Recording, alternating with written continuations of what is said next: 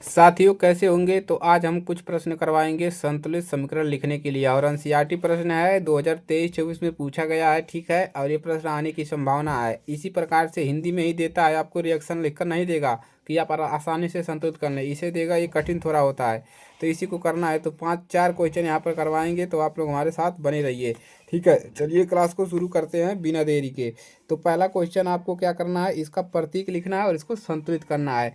तो सबसे पहले तनु सल्फ्यूरिक अम्ल दानेदार जिंक के साथ अभिक्रिया करता है। सल्फ्यूरिक अम्ल किसके साथ अभिक्रिया कर रहा है? जिंक के साथ।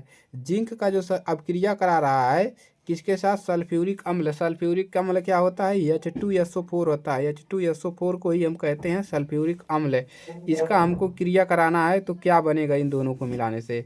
तो इन दोनों को मिलाने से बन जाएगा ZnSO4 प्लस बन जाएगा H2 गैस बनेगा, ठीक है, ए बन जाएगा। अब इसको संतुलित भी करना है, तो चलिए संतुलित कर लेते हैं। 2 हाइड्रोजन है, 2 हाइड्रोजन है, ऑक्सीजन 4 है, ऑक्सीजन 4 है, यस 1 है, जिंक 1 है, सब बराबर है। इसको संतुलित नहीं करना, ये संतुलित है पहले से ही।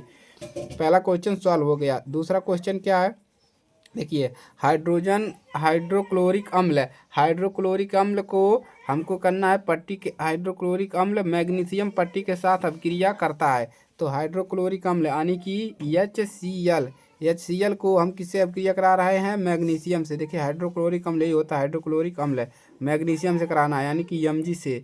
Mg से अभिक्रिया कराने पर हमको क्या मिलेगा? चलिए इसको क्रिया कराते हैं।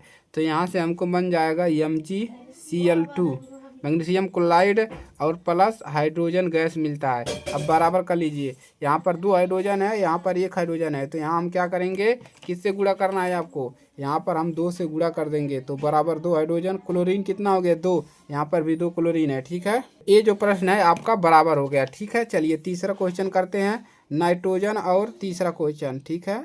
चलिए, नाइट्रोजन और हाइड्रोजन गैस संयोजन करके अमोनिया बनाता है। तो यहाँ पर क्या कह रहा है कि जो नाइट्रोजन है यानी कि N2 plus hydrogen gas H2, N2 और H2 संयोजन करके, यहाँ पर बोल दिया इसमें नाइट्रोजन और हाइड्रोजन गैस मिल करके अमोनिया का सूत्र क्या होता है? NH3 होता है। अब इसी को बराबर करना है, यहाँ पर पूरा ही कह दिया है, ठीक है। चलिए बराबर करिए, कितना होगा? तो बराबर करेंगे तो यहाँ पर 3 हाइड्रोजन है, यहाँ पर 2 हाइड्रोजन। तो क्या करें हम, इसमें हमको क्या करना है, यहाँ हम 3 से गुणा कर दें, तो कितना हो गया? 3 दूना 6 हाइड्रोजन है, यहाँ पर 3 ही है, तो यहाँ पर नाइट्रोजन 2 है, तो इधर भी क्या करेंगे? 2 से गुणा कर देंगे, तो यह बराबर हो गया। अगला क्वेश्चन, सबसे लास्ट वाला क्वेश्चन, ठीक है। चलिए, हाइड्रोजन सल्फेट गैस का वायु में दहन करने पर, चौथा क्वेश्चन क्या है, कह रहा है कि हाइड्रोजन सल्फेट का फार्मूला होता है H2S। H2S होता है, हाइड्रोजन सल्फेट गैस होता है। वायु में दहन होने पर, वायु मतलब क्या होता है? Oxygen, O2। ऑक्सीजन का क्या होता है? O2 होता है। दहन करने पर सल्फर डाइऑक्साइड बनता है। यहाँ पर बोल दिया है कि सल्फर डाइऑक्साइड बन रहा है, जल तथा एवं सल्फर डाइऑक्साइड। तो बन क्या रहा है?